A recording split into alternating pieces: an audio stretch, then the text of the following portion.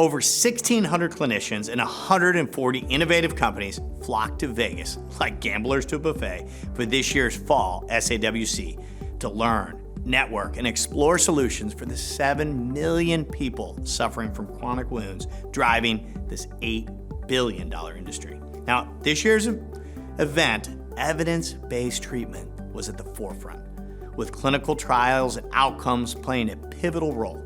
Example, Organogenesis, a leader in CTP market, presented a compelling data on the safety and efficacy of NewShield for the diabetic foot ulcers.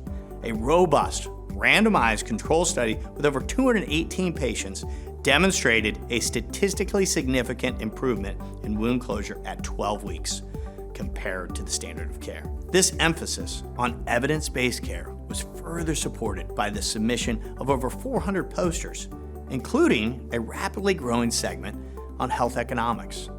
These presentations highlighted the cost effectiveness of therapies by comparing clinical outcomes with the treatment costs, underscoring the maturing nature of this important wound care specialty.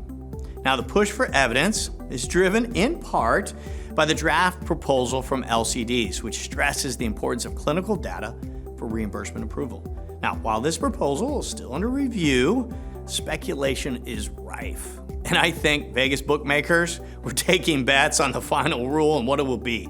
Now, no one can predict the final outcome, but the smart money I spoke with all agreed that it's anybody's guess, and they were sitting on the sideline to wait and see. Despite the pending decision, innovation in the CTP market continues to flourish.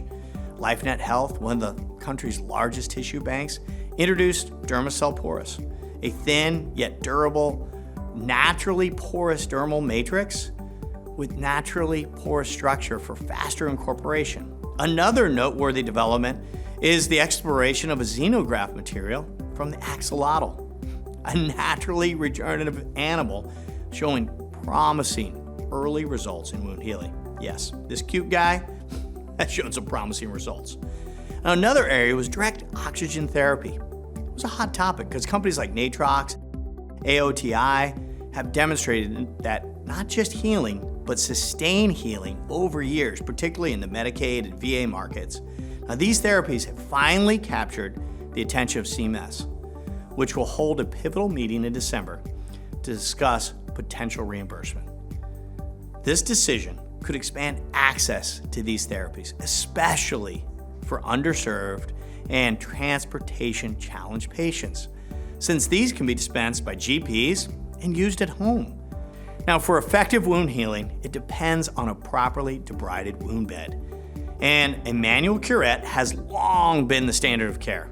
However, XSONX cordless, handheld, micro-vibration technology attracted significant technology, and the booth was packed. This device not only cleans and debrides wounds, but also stimulates healing, marking a significant innovation in wound care. Now, with such a dynamic event and an evolving market, there was a lot of buzz.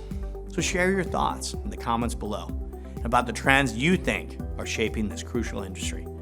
I hope this helps fulfill our mission of improving lives by uniting great people with great companies.